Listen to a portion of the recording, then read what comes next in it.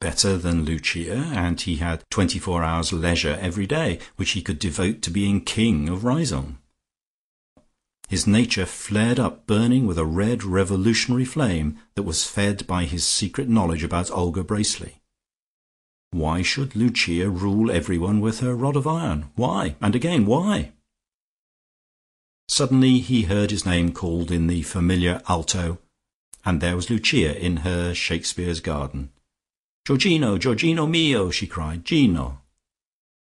Out of mere habit Georgie got down from his stile and tripped up the road towards her. The manly seething of his soul's insurrection rebuked him, but unfortunately his legs and his voice surrendered. Habit was strong. "Amica," he answered. "Buongiorno." And why do I say it in Italian? He vainly asked himself. "Geordie, come and have ickle talk," she said. "Me want to wise man to advise ickle Lucia." "What do want?" asked Georgie, now quite quelled for the moment.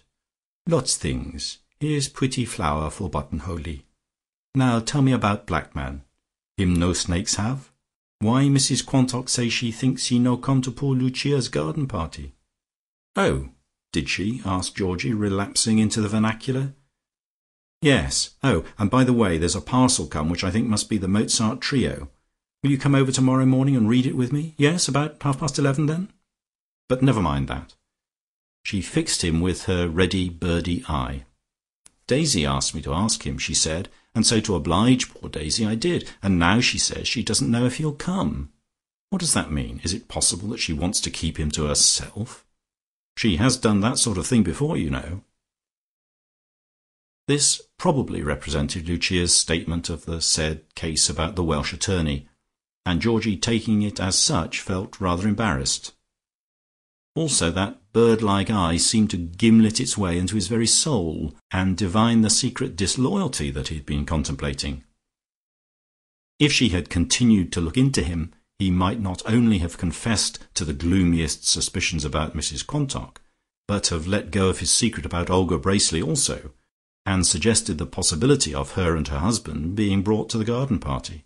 But the eye at this moment unscrewed itself from him again and travelled up the road. "There's the Guru," she said. "Now we will see." Georgie, faint with emotion, peered out between the form of the peacock and the pineapple on the yew hedge, and saw what followed. Lucia went straight up to the Guru, bowed and smiled, and clearly introduced himself. In another moment he was showing his white teeth and salaaming, and together they walked back to the Hurst, where Georgie palpitated behind the yew hedge. Together they entered, and Lucia's eye wore its most benignant aspect. "I want to introduce to you, Guru," she said without a stumble, "a great friend of mine. This is Mr Pillson, Guru. Guru, Mr Pillson. The Guru is coming to tiffin with me, Georgie. Can I persuade you to stop?" "Delighted," said Georgie. "We met before in a sort of way, didn't we?" "Yes, indeed. So pleased," said the Guru. "Let us go in," said Lucia. "It's close on lunch-time." Georgie followed after a great many bowings and politenesses from the Guru. He was not sure if he had the makings of a Bolshevist. Lucia was so marvellously efficient. End of chapter.